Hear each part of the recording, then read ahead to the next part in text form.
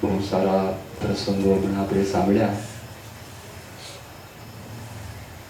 આપણને પરમ પૂજ્ય પ્રમુખ સ્વામી મહારાજના જીવનની અંદર ત્યાગ, સાદાઈ અને સંતોષ એ કેવી રીતે છે, દિવ્યાંગભાઈએ એ બધા પ્રસંગો આપણને સંભળાવ્યા. માણસને ભાવતી વસ્તુ મળે અને પોતે ખાય, એમાંથી એને સુખનો અનુભવ થાય, એવું તો આપણે સાંભળેલું છે. કોકને કેરીનો રસ ભાવતો હોય અને રસ રોટલીને તમે રસોઈ બનાવો તો એ પેટ ભરીને જમે તો એને સુખ મળે, એ આપણે સાંભળેલું છે.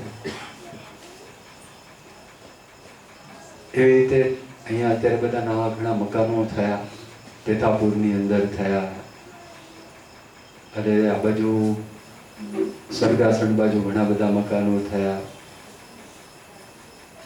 અને ત્યાં તમને કંઈક સરસ મજાનું ટેનામેન્ટ મળી જાય, કંઈક 3 BHK ની જગા મળી જાય, તો એની સાથે સુખ સંકળાયેલું છે એ પણ બધાને ખ્યાલ છે કે બરોબર છે કે એની સાથે સુખ છે. પણ ત્યાગની સાથે સુખ, સાદાઈની સાથે સુખ અને સંતોષની સાથે સુખ, હવે આ વાત કેવી છે? આ વાત સૂક્ષ્મ વાત છે, પણ આની સાથે બધું જે સુખ સંકળાયેલું છે ને એ લાંબા સમય માટે રહે.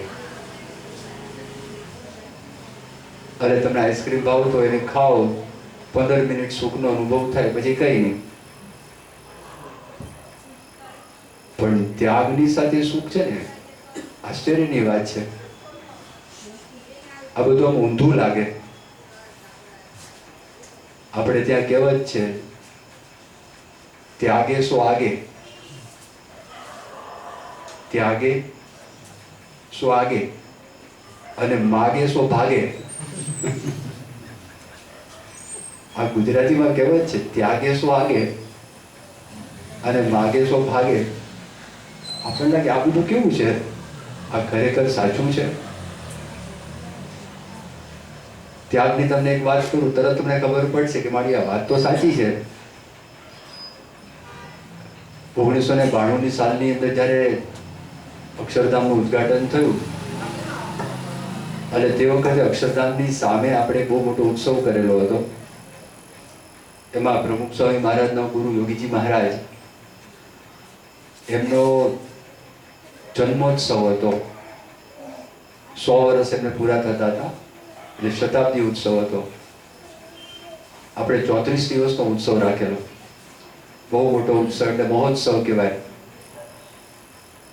હવે એ વખતે અક્ષરધામમાં તમે પ્રવેશ કરો ગેટ નંબર 1 માંથી, અને જમણી બાજુ અક્ષરધામની બહાર જે રસ્તો પડે, તો એ રસ્તા ઉપર રોજ એક બેન, એ વાઘરણ બેન પોતે એક ફ્રૂટની લારી લઈ અને ફ્રૂટ વેચવા માટે એ રોજ ત્યાં આગળ આવતા.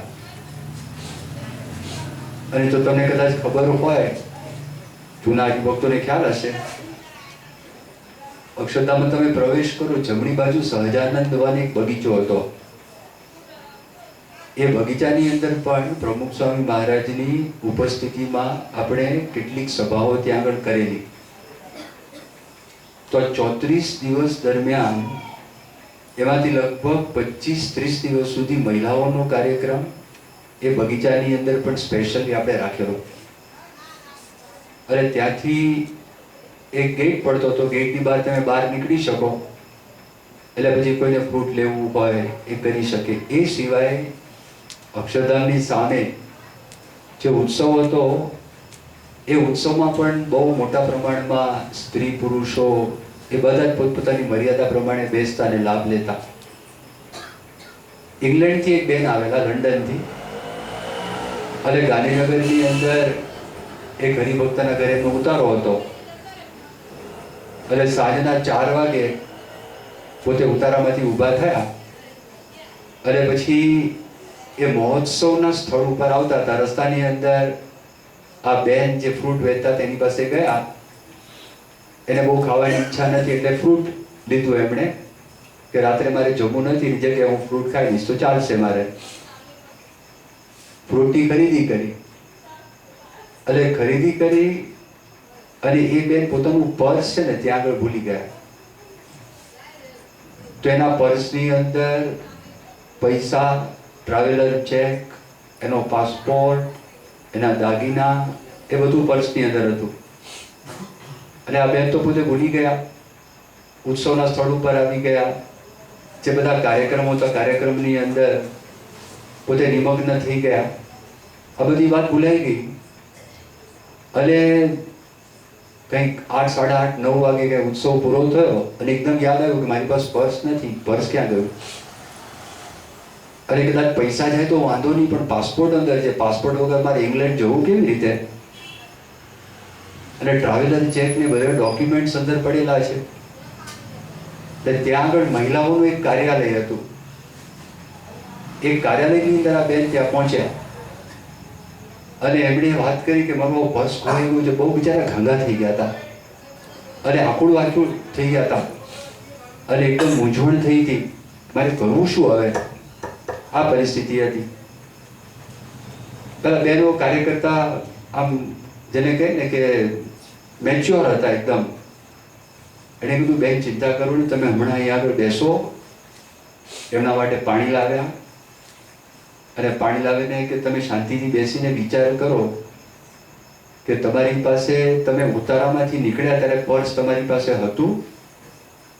તો કે હા, પર્સ મારી પાસે હતું. અરે ઉતારા પછી તમે ક્યાં ક્યાં ગયા હતા એક પછી એક તમે યાદ કરો. એમણે કીધું કે હું અક્ષરધામની પાછળ એક બેન ફ્રૂટ વેચતા હતા ત્યાં આગળ હું ગઈ એટલે એકદમ યાદ આવ્યું. અરે તે જ વખતે મેં પર્સમાંથી પૈસા બહાર કાઢેલા. એ સિવાય તો પર્સનો મેં સ્પર્શ કર્યો નથી. નક્કી ત્યાં હું પર્સ ભૂલી ગઈ છું. એટલે પહેલા કીધું ચિંતા કરતા નહીં, તમારી સાથે અમે આવીએ છીએ. રાત્રે 10 વાગી ગયેલા અને 10 વાગે એ વાઘરણ બેન ત્યાં આગળ હજી એ ઊભા હતા. અને આ લોકો ગયા અને એમણે વાત કરી કે ભાઈ આવો પ્રસંગ થયો છે અને આ એક બેન છે પર્સ ભૂલી ગયા. એ કે આ તમારું પાકીટ લો, હું 2 કલાકથી તમારી રાહ જોઉં છું. મારે આમ તો ઘરે જવાનો 8 વાગ્યાનો ટાઈમ છે.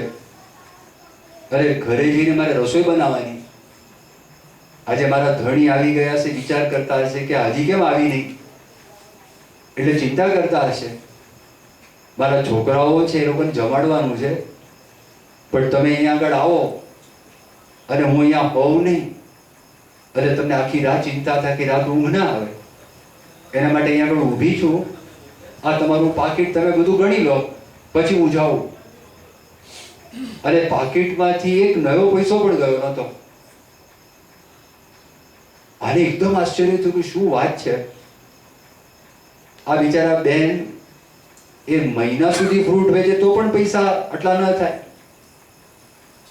એટલા બધા પાઉન્ડમાંથી રૂપિયા કરેલા, એ રૂપિયા, એ ઘરેણા, પાસપોર્ટ બધું અંદર હતું. એમાંથી કંઈક 500 કે 1000 રૂપિયા એ બેને એમને આપવા માટે પ્રયત્ન કર્યો. પેલા વાઘરણબાઈ ના પાડી. એણે કીધું આ તો મારી ફરજ છે, આ મારા હકના પૈસા નથી, મારે આમાંથી એક પણ પૈસો લેવાય નહીં.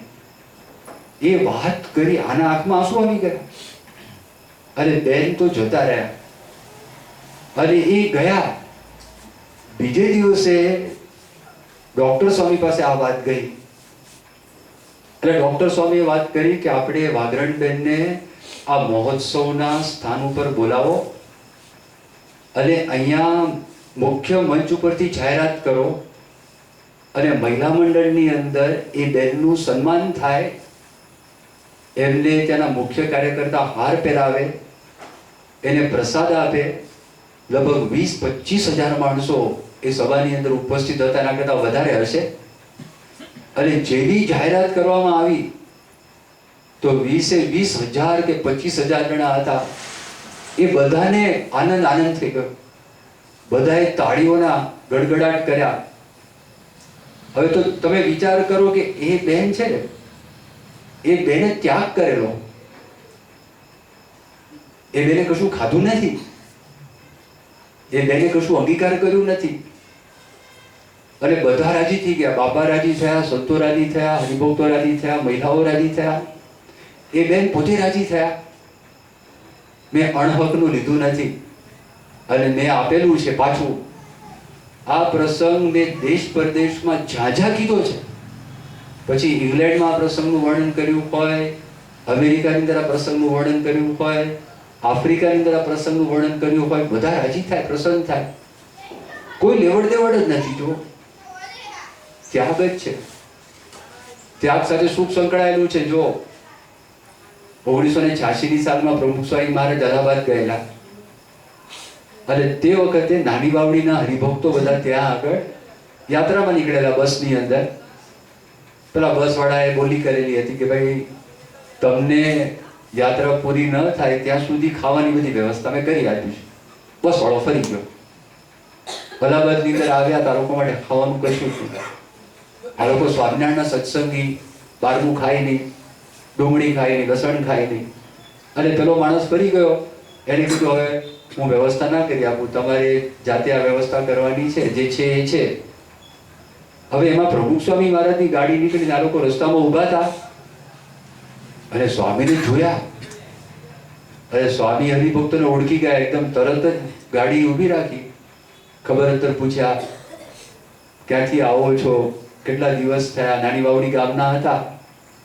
પછી એકદમ બાપાએ પૂછ્યું કે તમે જમવાનું શું કરો છો, બસમાં અનુકૂળતા આવે છે? પ્રમુખ સ્વામી મહારાજે પ્રશ્ન પૂછ્યો, સ્વામી આ મારે પ્રશ્ન છે, અમારે કાંઈ ખાવાની વ્યવસ્થા છે નહીં, અને પેલા માણસ ફરી ગયો અને ખાવાનું છે નહીં. પ્રમુખ સ્વામી મહારાજે સાથેના સંતોને વાત કરી કે આપણી પાસે ગાડીની અંદર જેટલું ખાવાનું છે. પ્રમુખ સ્વામી મહારાજ દિલ્હીથી આ બધા સંતો જે નીકળેલા હતા એને ખબર હતી કે બીજે કોઈ ઠેકાણે ખાવાની વ્યવસ્થા છે નહીં. 5 દિવસનો નાસ્તો એ સાથે રાખેલો હતો. અને પ્રમુખ સ્વામી મહારાજે બધું જ ખાવાનું પેલા હરિભક્તોને આપી દીધું. સંતોએ કીધું પણ પછી આપણી સાથે હરિભક્તોને સંતો કરશે શું? સ્વામી આપણું થઈ રહેશે, એમને આપો તમે. હરિભક્તોને બધું જ આપી દીધું સંપૂર્ણપણે. હવે જો ત્યાગ, તો ત્યાગ સાથે સુખ સંકળાયેલું છે. બહુ આશ્ચર્ય થાય.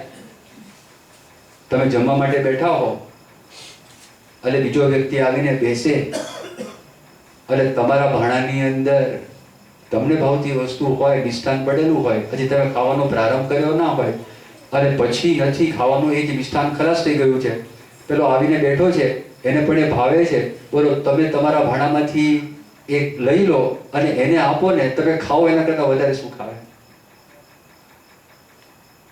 ત્યાગ સાથે સુખ છે, એની સાથે સંકળાયેલું છે.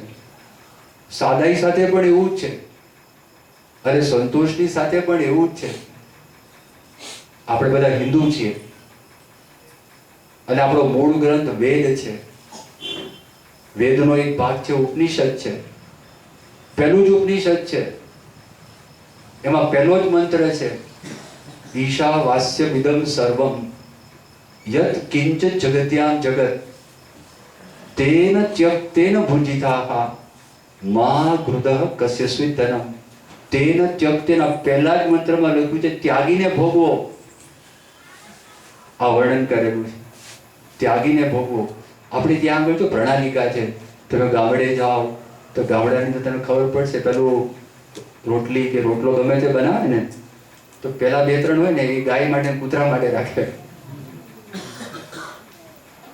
જોજો ગૌ ગ્રાસ હોય એનો કોળિયો મૂકે. આ બધી પ્રણાલિકાઓ આપણે ત્યાં આ મૂળ સદીઓથી આ પ્રણાલિકા ચાલતી આવેલી છે. ત્યાગની ભાવના, ત્યાગની સંસ્કૃતિ. આ એક જ દેશ એવો છે કે એ દેશની અંદર રાજાઓ રાજપાટનો ત્યાગ કરી અને ભગવાનનું ભજન કરવા માટે નીકળ્યા હોય. બીજો એક પણ દેશ નથી. અમેરિકામાં હોય પણ પ્રસંગ નથી. ઇંગ્લેન્ડમાં એક પણ પ્રસંગ નથી, જર્મનીમાં એક પણ પ્રસંગ નથી, સ્વીડનની અંદર એક પણ પ્રસંગ નથી, આફ્રિકા ખંડની અંદર, ઓસ્ટ્રેલિયા ખંડની અંદર એક પણ પ્રસંગ નથી. આ એક જ દેશ એવો છે કે એ દેશની અંદર માણસો, રાજાઓ રાજપાટનો ત્યાગ કરી અને ભગવાનનું ભજન કરવા માટે નીકળ્યા હોય. આ દેશ એવો છે, દેશને સર્વસ્વ ત્યાગની ભાવના. રાજા રંતીદેવ થઈ ગયા. રંતીદેવ 49 દિવસના ઉપવાસ થયેલા રંતીદેવને, અને 49મે દિવસે રંતીદેવને જ્યારે ખાવાનું પ્રાપ્ત થયું અને એ માગવા માટે આવ્યા, રંતીદેવે બધું જ ખાવાનું આપી દીધું. પછી પોતાની પત્નીનું ખાવાનું આપી દીધું, પછી પોતાના સંતાનનું ખાવાનું આપી દીધું, પછી પાણી હતું પાણી આપી દીધું. ત્યારે ભગવાન પ્રગટ થયા. એ રંતીદેવનું આખ્યાન શ્રીમદ ભાગવતની અંદર આવે છે. એટલે ત્યાગની આ સંસ્કૃતિ છે, એ બહુ મોટી સંસ્કૃતિ છે. આપણે તો નજર સામું જોયેલું છે. અને યોગીજી મહારાજનો પ્રસંગ એ પણ ઘણી બધી વખત વિવેક સાગર સ્વામી પોતે કહે છે, પ્રસંગ એવો બનેલો, યોગીજી મહારાજ ડાંગરામાં હતા અને ડાંગરાની અંદર ત્યાં આગળ એક બાંધકામ ચાલુ હતું અને મજૂરો પાસે બધું કામકાજ કરવાનું. યોગીજી મહારાજ ત્યાં આગળ રહેતા હતા. ડાંગરાની અંદર એવું કહેવાય કે તમે જો પહેલી વખત ડાંગરા જતા હો ને, તમે 100% ભૂલા પડો જ. કોઈ રસ્તા નહીં એવા. અને 2-3 વખત ગયા હોય ને એ પણ ભૂલા પડે. 1972ની સાલમાં અમારી બસ ગઈ હતી, તે ભૂલા પડ્યા, તે પછી હલવાયા, તે ડાંગરા પહોંચ્યા નહીં, પાછા રાજકોટ આવ્યા. અને પછી તો હું આ સાધુ થયો, અને સાધુ થઈને એ ફરી વખત ડાંગરા જવાનો વારો કંઈક 97ની સાલમાં લાગેલો. અને ડાંગરા જાગા વગર પૂછતા ત્યાં કોણ આવે, કોઈ કરતા કોઈ નહીં. એ રોટલો તમે બનાવ્યો હોય, અડદની દાળ હોય, એ તમારે ખાવાનું હોય, અને પેલા મજૂરો માટે ખાવાનું બનાવવાનું. મજૂરો જમી લે, વધુ ઘટ્યો યોગીજી મહારાજ જમે. એમાં એક વખત એવો પ્રસંગ બન્યો, કોઈ હરિભક્ત કંઈક શહેરથી આવ્યા છે દર્શન કરવા માટે, કેરી લાવેલા હતા. તો કેરી એનો રસ બનાવી અને ઠાકોરજીને ધરાવી અને બધા યોગીજી મહારાજે જે બધા હરિભક્તો હતા એને પીરસ્યો. પીરસે પછી પોતાના પત્તરની અંદર એ જમવા માટે તૈયારી કરતા હતા અને રસ લીધેલો.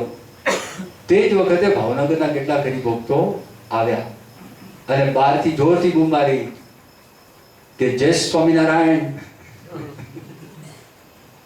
અને યોગીજી મહારાજે અવાજ સાંભળ્યો, અને જેવો અવાજ સાંભળ્યો, યોગીજી મહારાજે તો હરિભક્તો આવ્યા લાગે. હજી તો ફટ ખબર પડે પેલા પત્તરમાંથી તપેલીમાં રસ કાઢી નાખ્યો. અને સાથે યોગીજી મહારાજે કાઢી નાખ્યો, એટલે બીજા 2 સંતો હતા એ લોકો પણ રસ કાઢી નાખ્યો. અને પ્રેમથી હરિભક્તોને બોલાવ્યા અને આવો આવો પધારો. અને ખબર પડી કે જમ્યા નથી, કે આવો તમારા માટે તૈયાર, તમે બહુ જ કેવા બધા ભાગ્યશાળી છો, તમારા માટે આજે પ્રારબ્ધમાં રસ છે. અને પંગત બેસાડી દીધી અને પ્રેમથી યોગીજી મહારાજે બધાને રસ આપી દીધો. પછી હરિભક્તોને જ્યારે ખબર પડી આ પત્તરનો રસ આવ્યો છે, યોગીજી મહારાજે એક ટીપું પણ પીધું નથી, એક ટીપું પણ મોઢામાં નાખ્યું નથી. જ્યારે વિચારવા પડી ગયા શું વાત છે. જોગીના અમથા ગુણગાન ગવાતા નહોતા. આજે પ્રમુખ સ્વામી મહારાજના વિશ્વમાં ગુણગાન ગવાય છે. ત્યાગ સિવાય કોઈ કર્યું જ નથી એમણે. બધામાં ત્યાગ, ઊંઘનો ત્યાગ, ખાવાનો ત્યાગ, કપડાની વાત કરી, કપડામાં ના, આ સાદગી. એમણે જે પ્રસંગનું વર્ણન કર્યું ને, એવો પ્રસંગ બનેલો 1987ની સાલમાં 4 ધામની યાત્રા, બદ્રીનાથ, કેદારનાથ, યમુનોત્રી, ગંગોત્રી. હકીકતમાં આ છે ને યાત્રાધામમાં જવાના નહોતા, પણ ઋષિકેશની અંદર શિવાનંદ આશ્રમ છે અને એ શિવાનંદ આશ્રમની અંદર ત્યાં ચિદાનંદ સ્વામી અધ્યક્ષ. એમની ઈચ્છા હતી કે પ્રમુખ સ્વામી મહારાજ આ શિવાનંદ સ્વામીને 100 વર્ષ પૂરા થયા છે તે ઉત્સવમાં આવે. એટલું જ નહીં, પ્રમુખ સ્વામી મહારાજ સંતોની જે ભજન ગાનારી મંડળી છે ને લઈને આવે અને કીર્તન આરાધનાનો કાર્યક્રમ થાય. એટલે 10-15 સંતોનો કાર્યક્રમ હતો. એમાંથી 350 સંતો થયા અને 75 હરિભક્તો થયા. અને બધા નીકળેલા, મોટી સવારી નીકળી અને ચિદાનંદ સ્વામી તો રાજી રાજી એકદમ પ્રસન્ન થઈ ગયા. પણ એ પહેલા થયેલું કેવું કે પ્રમુખ સ્વામી મહારાજ ગુજરાતથી આવ્યા, પહેલા દિલ્હી આવ્યા. અને દિલ્હી આવ્યા ને તે વખતે અમે દિલ્હીમાં જ હતા. એ જ ઘરમાં, એ હરિભક્તનું ઘર હતું, એ હરિભક્તના ઘરમાં ઉતારો હતો, નરેન્દ્રભાઈ વઢવાણા. અને મારા મનમાં કેવું હતું કે એકચ્યુઅલી હું આ યાત્રામાં જોડાવાનો નહોતો, પણ બાબાએ કીધું કે એમને આવવાનું છે અને આ ચારધામની યાત્રામાં લઈ જવાના છે. એટલે મારા મનમાં એવો વિચાર આવ્યો કે 350 સંતો આ પ્રમુખ સ્વામી મહારાજની સાથે નીકળશે તો હરદ્વાર ઋષિકેશની અંદર આ પ્રમુખ સ્વામી મહારાજનો કેવો વટ પડશે. એક વ્યક્તિ એના 350 સંતો છે. આટલા મોટા, આ સામાન્ય મંડલેશ્વર નથી, આ મહામંડલેશ્વર નથી. ઘણી વખત નામ હોય મંડલેશ્વર, પણ મંડળ જ ના હોય, ખાલી નામ હોય ફલાણા મંડલેશ્વર. પણ તમે આશ્રમમાં જાઓ ને, મંડળ જ ના હોય, કમંડળ હોય. એ કમંડળ લઈને ભિક્ષા માંગવા માટે કાલી કમલી વાળા બાબા છે, એમને ત્યાં લાઈનમાં ઊભા હોય કમંડળ લઈને, ડોલચું લઈને. એ બધું હરદ્વાર ઋષિકેશમાં અમે જોયું. અને મારા મનમાં આવો વિચાર આવ્યો કે પ્રમુખ સ્વામી મહારાજનો કેવો વટ પડે. હવે આપણા ગુરુ છે તો આપણે આવો વિચાર આવ્યો, ના હોવો જોઈએ આવો વિચાર, પણ મારા મનમાં વિચાર આવ્યો. પણ દિલ્હીમાં રાત્રે 1:30 વાગે પ્રમુખ સ્વામી મહારાજ દિલ્હી એરપોર્ટ ઉપરથી આવ્યા અને 1:30 વાગે ઘરમાં પ્રવેશ કર્યો. મેં કપડાં જોયા, મેં કીધું આ તો સામાન્ય કપડાં છે અને જૂના થઈ ગયા છે. અરે કપડાં વાપરો એટલે આ રંગ થોડો ઉતરે, ઝાંખા થયા, કપડાં પણ વ્યવસ્થિત નથી. અને સવારે સ્વામી વોકિંગમાં નીકળ્યા ત્યારે સ્વામીને ધોતિયાની અંદર કાણું, આમ ચાલે અહીંયા આગળ સ્વામીને કાણું, આ કાણું દેખાય. મેં કહ્યું આ ધોતિયું બદલાવે તો સારું. અને સ્વામી ધોતિયું ના બદલાયું.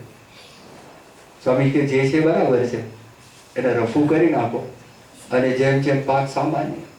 આખી યાત્રા પ્રમુખ સ્વામી મહારાજે 1987ની સાલમાં આવી રીતે જ યાત્રા કરી, એકદમ જ. 1983માં પ્રમુખ સ્વામી મહારાજને હાર્ટ એટેક આવેલો. અને હાર્ટ એટેક આવ્યા પછી પ્રમુખ સ્વામી મહારાજ પેલા વડોદરા થોડોક આરામ કર્યો, મુંબઈ આરામ કર્યો, પછી સ્વામી અમદાવાદ આવેલા.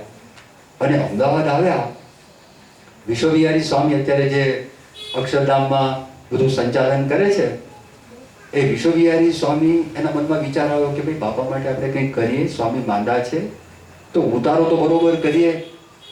એટલે અમદાવાદ મંદિરમાં નીચે એક નાનો ખંડ હતો, એ ખંડમાં એમને કાર્પેટ પથરાવડાવી, પછી બધા પડદાનું ગોઠવણ કરી આપી. પછી પહેલી વખત ત્યાં આગળ એર કન્ડિશન છે, તો 1-2 એર કન્ડિશન મોટા, કારણ કે હોલ જેવું હતું, ત્યાં બાપા જમી શકે ને સંતો બેસી શકે, તો એર કન્ડિશન 2-3 મૂકેલા. અને દરવાજો તો દરવાજાની અંદર કાચ ગોઠવેલો. અને જેવા પ્રમુખ સ્વામી મહારાજ દાખલ થયા, અરે સ્વામી કીધું આવું બધું કેમ કર્યું? એટલે વિશ્વવિહારી સ્વામીને બોલવાની છૂટ. એટલે એમણે વાત કરી કે તમને ગમ્યું કે નહીં, વાત કરો ને. એટલે બાપા એકદમ ઠાવકાઈ દી કે અમને ક્યાંથી ગમે, તમે કરોડપતિના દીકરા છો એટલે તમને આ બધું ગમે. અમે તો બળદના પૂંછડા આમળતા સાધુ થયા છે, બળદના પૂંછડા આમળતા સાધુ થયા અને ભૂંગશી ખોદતા સાધુ થયા. અમને ક્યાંથી ફાવે, તમને ફાવે. હવે વિચાર કરો કે આ શિષ્ય, ભલે વિશ્વવિહારી સ્વામી ખરેખર કરોડપતિના દીકરા, લંડનમાં જન્મેલા, ઉછરેલા, આમ કહેવાય કે ગાડીમાંથી બહાર પગ મૂક્યો નથી, એ ટાઈપની વ્યક્તિ પ્રમુખ સ્વામી મહારાજ એ તેમના ગુરુ હતા. અને હમણાં જે માગ્યું, પાણી માગે તો દૂધ આપે અને બધી વ્યવસ્થા કરી આપે. સ્વામી કે આ બધું મને ફાવે નહીં, આ મને ગમતું નથી. ખાવાની અંદર પણ ભલે આપે ને, કોઈ દિવસ પ્રમુખ સ્વામી મહારાજે ક્યારેય આમ મોઢાની અંદર તમારા ગાલ ભરાય ને એવી રીતે ખાધું જ નથી, ક્યારેય નહીં. અને આપણે ગાલ ન ભરે ત્યાં સુધી રસ ના આવે. અનુભવ કરજો. બરફી આપી હોય ને તો અડધો કટકો તો મોઢામાં આખો મૂક્યો હોય ને તો જ આમ સુખ આવે. ગુલાબજાંબુ આખું ગયું, ઓહો, ચસ્કો આવે. આમ તમે ચમચી આમ ચમચીનો આગલો ભાગ અડો, મજા આવે. ચણાની સિંગ તમને આપે, તમે કેવી રીતે ખાવ ચણા સિંગ? એક એક દાણો કોઈ દિવસ ખાધો તમે? આમ હોય. કોઈ દિવસની મેં પ્રમુખ સ્વામી મહારાજના 45 વર્ષની અંદર એક પણ વખત મમરા હોય, સિંગ હોય, ચણા એક એક દાણો ખાય. એક એક દાણો ક્યારે પાર પડે? એ પાર જ ન પડે.